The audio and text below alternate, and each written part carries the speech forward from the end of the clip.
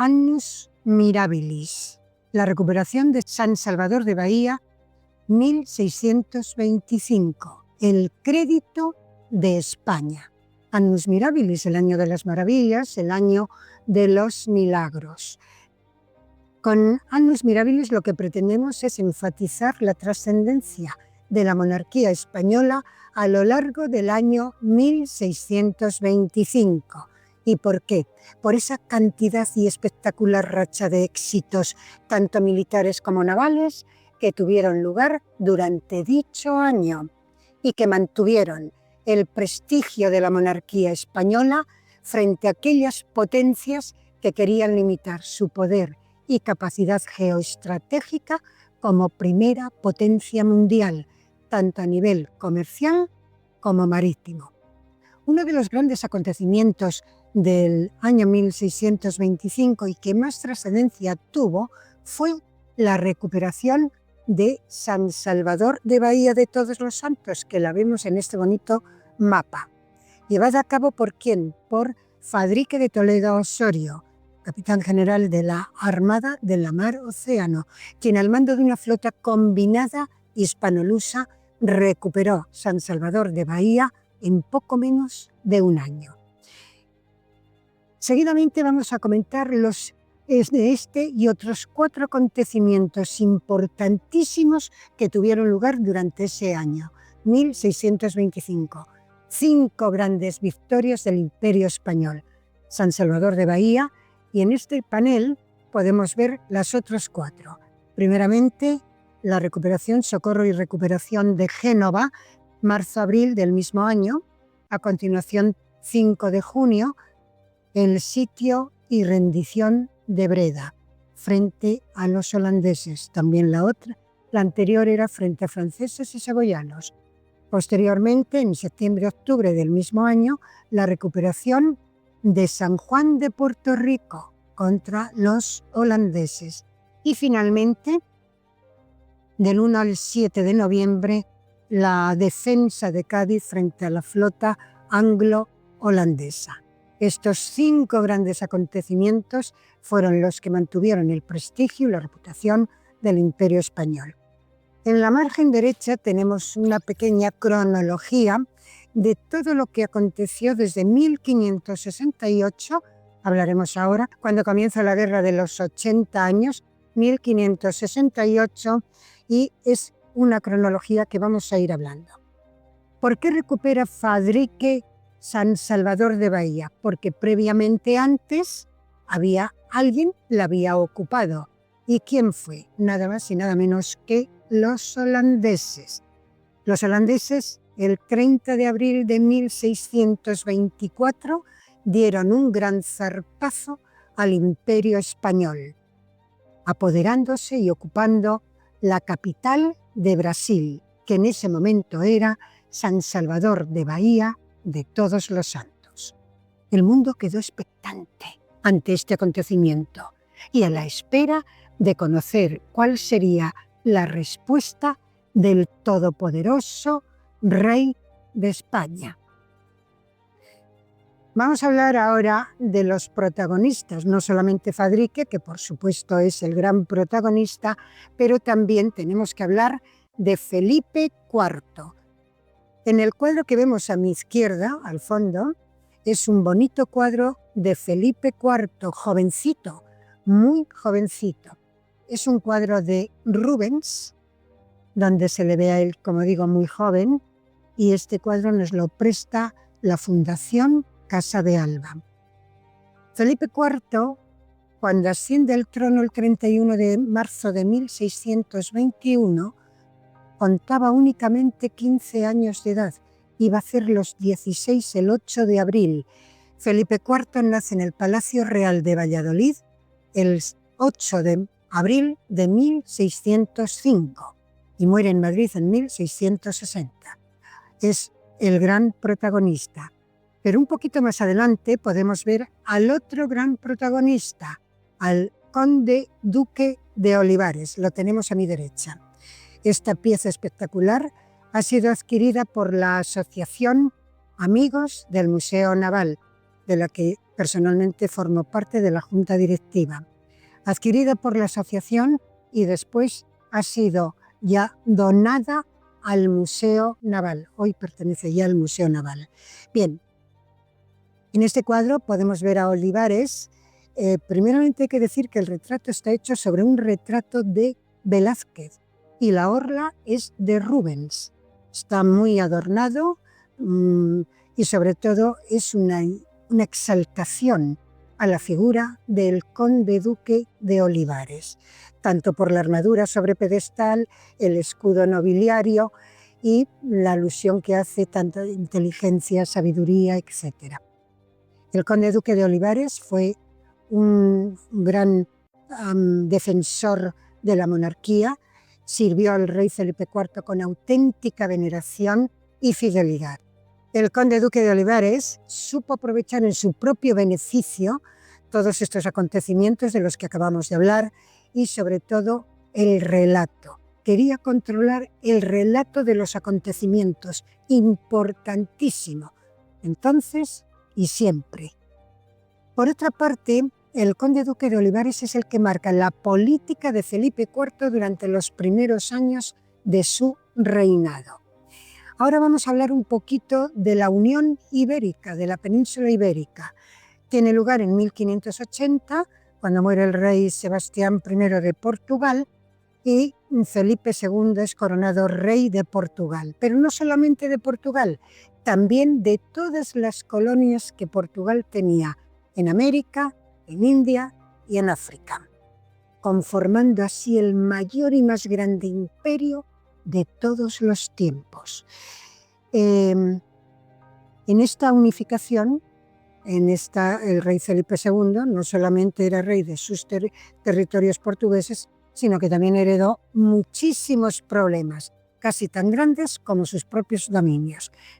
El Océano Atlántico era la vía de comunicación, se convierte en la vía de comunicación más importante entre los tres continentes, Europa, África y América. Había que defenderlo. Era labor fundamental, pero también muy difícil de llevar a cabo. Y esto lo aprovechan las potencias enemigas como Inglaterra, Francia y Holanda en su propio beneficio.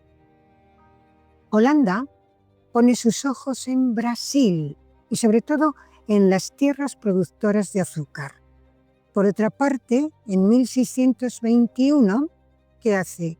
Holanda funda la Compañía Neerlandesa de las Indias Occidentales. ¿Para qué? Para quedarse con todas las colonias de la zona, pero sobre todo con sus materias primas. Y finalmente hay que decir que Holanda se fija fundamentalmente en dos grandes ciudades, la capital, San Salvador de Bahía de Todos los Santos, y Pernambuco. Comienza atacando y ocupando San Sebastián de Bahía de Todos los Santos. En la vitrina vamos a hablar un poquito de estas piezas que tenemos aquí. Comenzamos de izquierda a derecha. La pieza de la izquierda nos la presta la Universidad de Murcia, es impresionante, es el escudo real de Felipe IV, pero coronado con el escudo real de Portugal, el yelmo y el dragón. El yelmo ya está en desuso. Donde podemos leer perfectamente Felipe IV, rey de las Españas, nuestro Señor. La pieza que tenemos delante, este espectacular atlas, es de la Universidad de Salamanca. Cuando los holandeses ocupan San Salvador de Bahía, comienzan a salir una serie de noticias sobre la ocupación y sobre los abusos de los soldados. Este era un relato que no favorecía a la compañía.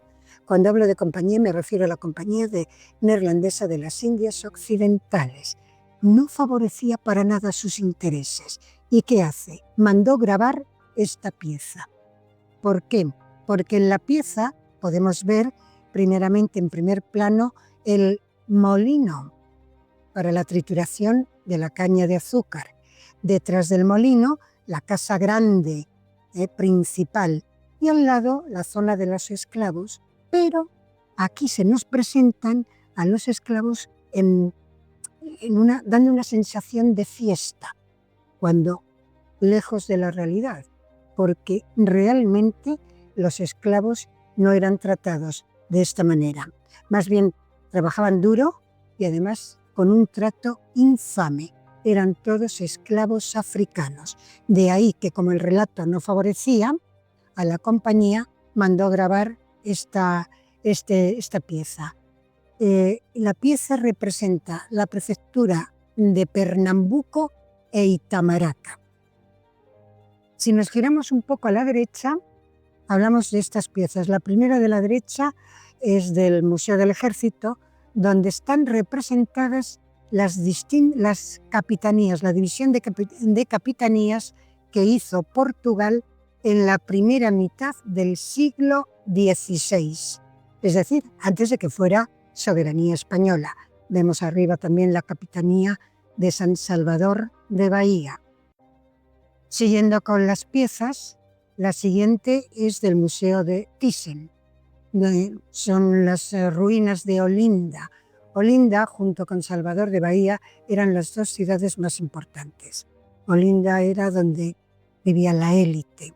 Podemos ver la casa grande del gobernador, con chimeneas blancas. Y la siguiente pieza también es de Thyssen, pero de la colección privada de Carmen Thyssen, donde podemos ver una plantación de Brasil. Para finalizar con esta parte, nos giramos un poco a la derecha y podemos ver Salvador de Bahía en 1625 y a la derecha esta pieza importante es del Museo Naval. Esta pieza podemos ver Salvador de Bahía el 30 de abril de 1624, cuando es ocupada por los holandeses. En primer plano vemos la flota holandesa que está siendo bombardeada por los distintos fuertes, el de San Antonio, otros más, y al fondo vemos las casas de San Salvador de Bahía. Ahora vamos a hablar un poco de la política de Olivares.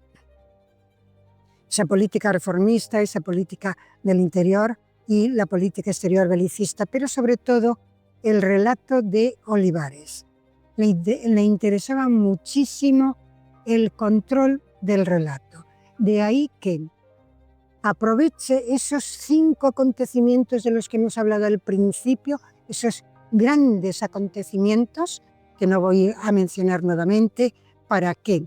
Para utilizarlos en su propio beneficio, por un lado, y en favor de la propia monarquía, para legitimar al rey Felipe IV como conservador y perpetuador de los dominios españoles. Y en cuanto a él, para dar a conocer sobre todo y dar crédito a su política exterior. En plena construcción del Palacio del Buen Retiro, la zona fue ampliándose desde 1630 por Olivares hasta que en 1633, en plena construcción del palacio, Olivares ideó una iconografía de exaltación de la monarquía para decorar el Salón de Reinos. Para ello contó con los mejores pintores del momento, Pereda, Cajés, Zurbarán, Velázquez y Maíno, que pintaron esas 5 grandes victorias. Se pintaron los cuadros, pero vamos a hablar de estos. Como decimos, Olivares aprovecha esos 5 grandes acontecimientos, esas 5 grandes victorias en su propio beneficio, en el beneficio de la corona. Y los 5 pintores pintaron las 5 grandes victorias. En el techo están representadas Breda, pintada por Velázquez, la recuperación de San Juan de Puerto Rico por Cajés y el socorro y defensa, recuperación de Génova por Pereda y en la última del techo, la defensa de Cádiz por Zurbarán. Y a mi espalda tenemos el cuadro de Maíno, que pintó la recuperación de San Salvador de Bahía de Todos los Santos. Antes de nada decir que todos estos pintores terminaron enemistados con Olivares. Del cuadro de Maíno vamos a hablar un poquito más de él.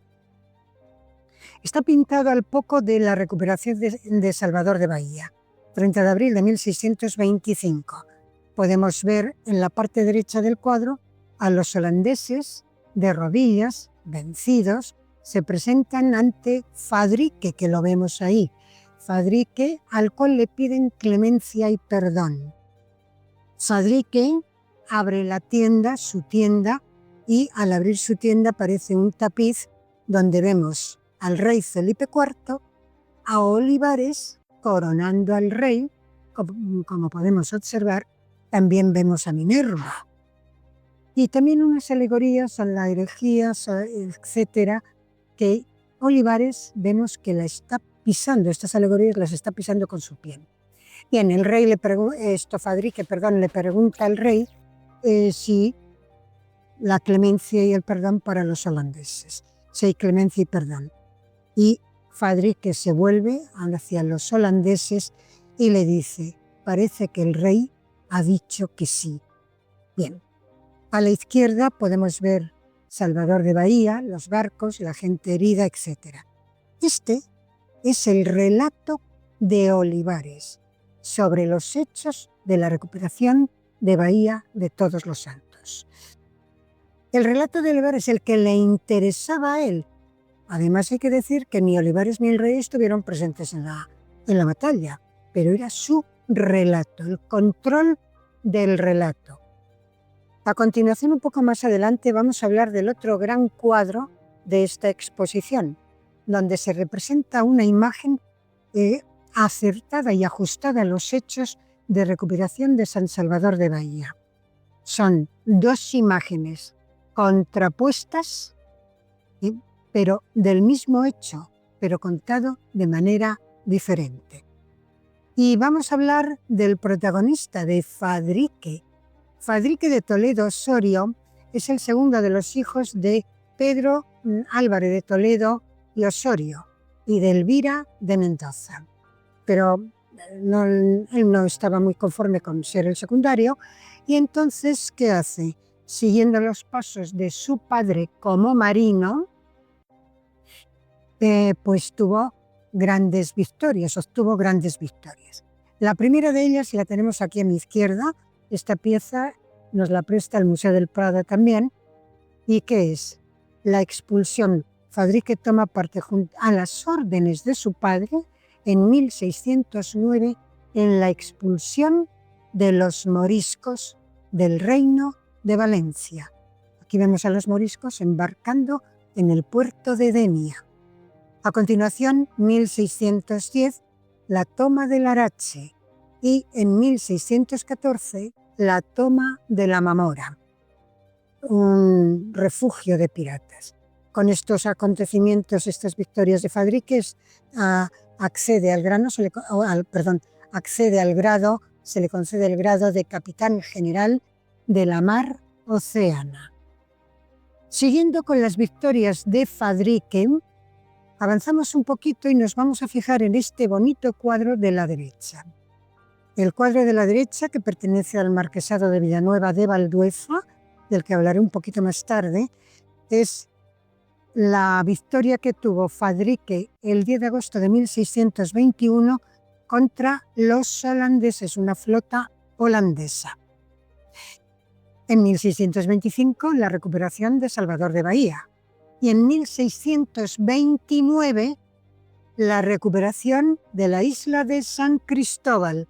Esta pieza es del Museo del Prado, donde vemos en primer término a Fadrique, por supuesto protagonista absoluto de esta recuperación. Bien, por todos estos hechos, estos acontecimientos, se le concede por la nobleza castellana el título de Marqués de Villanueva de Valdueza, primer marqués. También el rey le concede la grandeza de España. Y vamos a hablar de la caída en desgracia de Fadrique. Al igual que los pintores también terminaron enemistados con Olivares, también lo terminó Quevedo, Francisco de Quevedo, Fadrique cayó en desgracia. Porque una vez que regresa de la recuperación de San Cristóbal, cuando llega aquí a España, Olivares no le permite acceder a Madrid para atender su hacienda, su casa y su familia.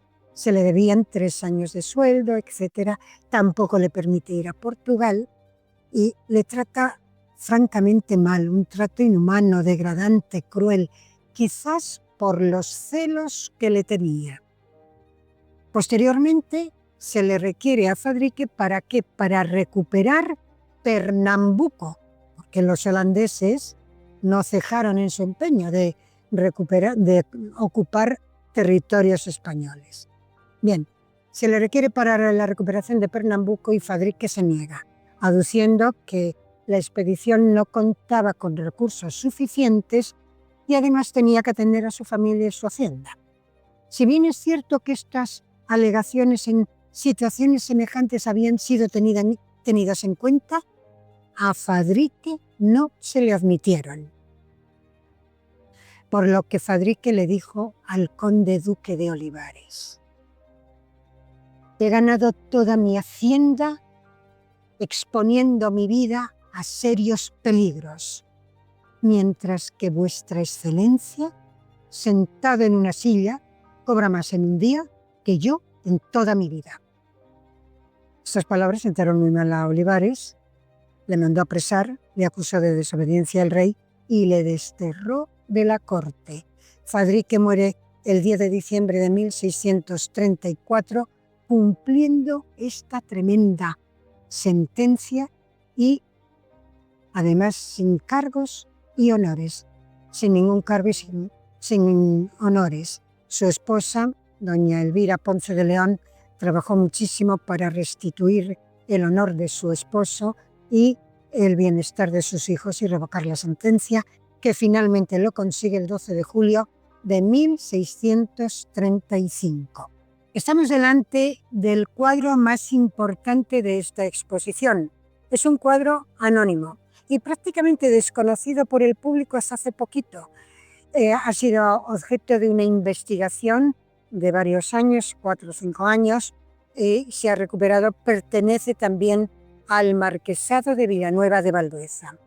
El cuadro que tenemos a mi espalda, espectacular, representa la recuperación de San Salvador de Bahía de Todos los Santos, pero está explicitada y está representada por los que sí participaron en esa recuperación. Es decir, en la recuperación de Salvador de Bahía había un soldado de Salamanca llamado Juan de Valencia y Guzmán, que participó en la batalla y que posteriormente se quedó durante muchos años como contador del Marquesado de Villanueva de Valdueza. Juan de Valencia y Guzmán escribió un compendio.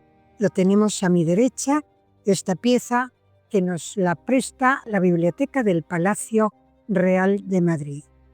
Es el compendio de la Jornada de Brasil, historial de la Jornada de Brasil.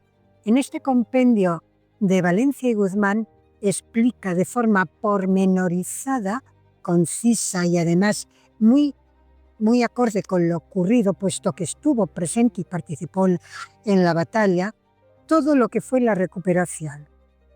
Por ello, el cuadro, que está pintado a partir del año 1635, nos hace suponer que está pintado conforme al compendio que escribió Juan de Valencia y Guzmán. ¿Por qué? Porque nos habla, por ejemplo, de los campamentos. Los vemos aquí arriba, los campamentos, en qué lugar y cómo estaban los campamentos, estaban representados. Nos habla de un entierro que podemos ver por aquí, los frailes franciscanos. Nos habla de unos jesuitas que podemos ver en este otro lateral, 2 jesuitas, perfectamente. Los vemos aquí. Nos habla de, por supuesto, 52 barcos y arriba podemos ver 52 barcos, la comitiva con Fadrique. Es decir, nos da tantos detalles de lo que sí ocurrió que por eso pensamos que está hecho sobre el compendio de Valencia y Guzmán. Hay que decir que este cuadro es un libro de historia abierto, no solamente nos da a conocer un hecho, el relato auténtico de lo que ocurrió, sino que además nos da a conocer la flora, la fauna, hidrografía, etc. Como hemos visto y hemos explicado, dos cuadros importantes, el de Maíno y este anónimo. Dos cuadros que representan un mismo hecho, pero son dos imágenes contrapuestas. ¿Debido a qué? Debido al relato. El de Maíno es acorde con el relato de Olivares. Está un poco teatralizado, etc. Mientras que este es el relato auténtico de lo que realmente ocurrió. La importancia del relato, quién, cómo, cuándo, por qué se diga y cómo se diga. Finalmente, no voy a hablar más de la exposición porque lo que necesito, señoras y señores, es que todos ustedes vengan a ver esta magnífica exposición. Si se la explico entera, no van a venir. Se trata de que ustedes acudan al Museo Naval. Solamente para terminar, aquí tenemos unas bonitas piezas, armas auténticas, originales. Vemos una alabarda, detrás podemos ver un arcabuz y un mosquete, espadas. Estas dos primeras son de una colección particular y la de Lazo, que es espectacular. A mi espalda, ahora no está para visionar, pero sí a mi espalda, y tienen ustedes que venir para verlo, un bonito vídeo que es cíclico y nos cuenta, precioso vídeo de 8 minutos, nos cuenta toda la historia del cuadro, que yo se la he resumido. Hasta aquí, señoras y señores, un poquito solamente de esta gran exposición que tenemos actualmente en el Museo Naval. No se la pierdan, va a estar solamente hasta el 27 de julio. Los voluntarios culturales de CEATE que estamos en el museo, estamos a su plena disposición.